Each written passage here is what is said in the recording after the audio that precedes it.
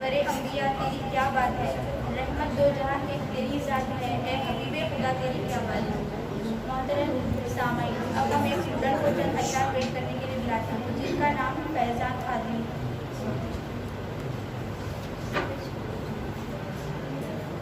السلام علیکم ورحمۃ اللہ وبرکاتہ۔ میں آپ کے سامنے قرآن پاک پر کچھ اشعار پیش کرنا چاہوں گا، بہت خفا فرمائیں۔ دنیا کے شاعروں کا دیوان پڑھ کے دیکھو، دنیا کے شاعروں کا دیوان پڑھ کے دیکھو، پھر اس کے بعد رب کا قرآن پڑھ کے دیکھو۔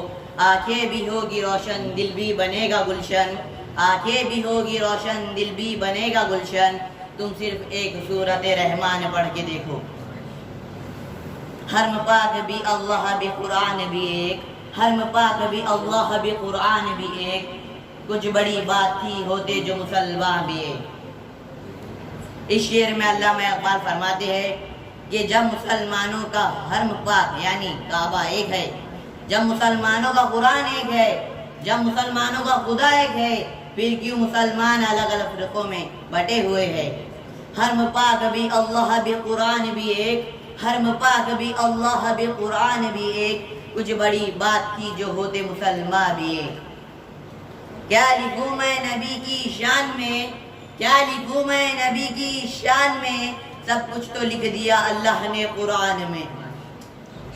فرصت اگر ملے تو پڑھنا مجھے ضرور، فرصت اگر ملے تو پڑھنا مجھے ضرور، میں نایاب الجھنوں کی مکمل کتاب ہوں۔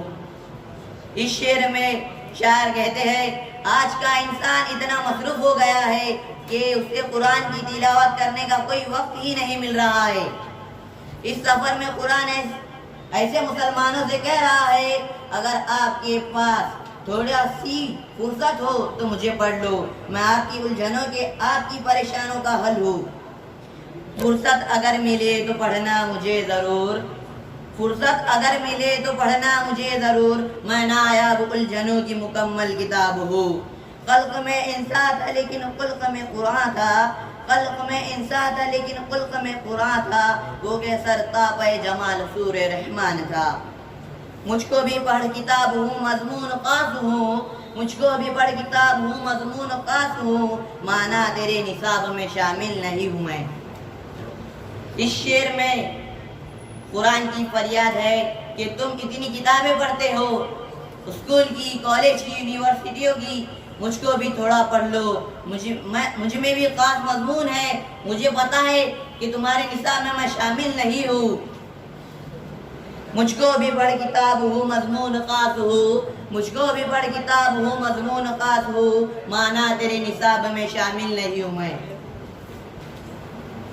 قرآن کا مفہوم انہیں کون بتائے، قرآن کا مفہوم انہیں کون بتائے، آنکھوں سے جو چہروں کی تلاوت نہیں کرتے۔ تلاش علم تو پہنچ گیا کہاں سے کہاں تک جہاں میں، تلاش علم تو پہنچ گیا کہاں سے کہاں تک جہاں میں، پتا تو صحیح وہ کون سا سبق ہے جو خدا نے نہیں دیا قرآن میں۔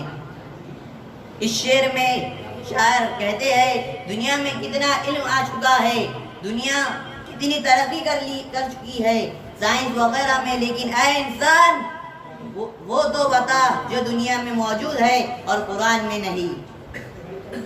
تلاش علم تو پہنچ گیا کہاں سے کہاں تک جہاں میں، تلاش علم تو پہنچ گیا کہاں سے کہاں تک جہاں میں، بتا تو صحیح وہ کون سا سبق ہے جو خدا نے نہیں دیا قرآن میں۔ کسی کا رخ ہمیں قرآن کا جواب ملا، کسی کا رخ ہمیں قرآن کا جواب ملا، خدا کا شکر ہے بدھ صاحب کتاب ملا۔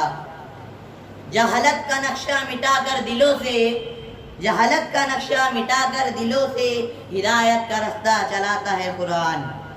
اس شعر میں شاعر کہتے ہیں قرآن وہ کتاب ہے جو دلوں کی جہالت کو دور کرتا ہے۔ اسی قرآن کی برکت کا اثر تھا کہ عرب جیسے ممالک جو جہالت میں سب سے آگے تھے، ان عرب ممالک کو قرآن نے اپنے اثر سے ایسا بااخلاق کر دیا کہ ان کے اخلاق کی کہیں بھی مثال نہیں ملتی۔ یہ مکمل ہدایت کا راستہ بتاتے ہیں۔ یہ راز کسی کو نہیں معلوم کہ مومن، یہ راز کسی کو نہیں معلوم اے کہ مومن، قاری نظر آتا ہے حقیقت میں ہے قرآن۔ وہ زمانے میں معزز تھے مسلمان ہو کر، وہ زمانے میں معزز تھے مسلمان ہو کر، اور تم خوار ہوتے ہوئے تاریخ قرآن ہو کر۔ ہے قول خدا قول محمد فرمان بدلا جائے گا، ہے قول خدا قول محمد فرمان بدلا جائے گا، بدلے گا لاکھ زمانہ قرآن بدلا جائے گا۔ ندامت کی چراغوں سے بدل جاتی ہے تقدیریں، ندامت کی چراغوں سے بدل جاتی ہے تقدیریں، اندھیری راتوں کے آنسو خدا سے بات کرتے ہیں۔ قرآن گھر میں ہے مگر ہم پڑھتے نہیں، قرآن گھر میں ہے مگر ہم پڑھتے نہیں، ذرا بھی اللہ کا خوف ہم کرتے نہیں، زلزلوں کے جھٹکوں سے اٹھ جاتے ہیں فوراً، زلزلوں کے جھٹکوں سے اٹھ جاتے ہیں فوراً، سن کر اذان کبھی ہم اٹھتے نہیں۔ ہمیں آتی ہے مصیبت تو اللہ یاد آتا ہے، ہمیں آتی ہے مصیبت تو اللہ یاد آتا ہے، ورنہ تو کبھی سجدے میں ہم سر رکھتے نہیں۔ کانوں میں اذان کی بھلا کیسے آئے آواز، کانوں میں اذان کی بھلا کیسے آئے آواز، بند تو کبھی ٹی وی ہم کرتے نہیں۔ صورت تو انسان نظر آتے ہیں ہم، صورت سے تو انسان نظر آتے ہیں ہم، مگر سیرت سے تو مسلمان ہم لگتے نہیں۔ شکریہ۔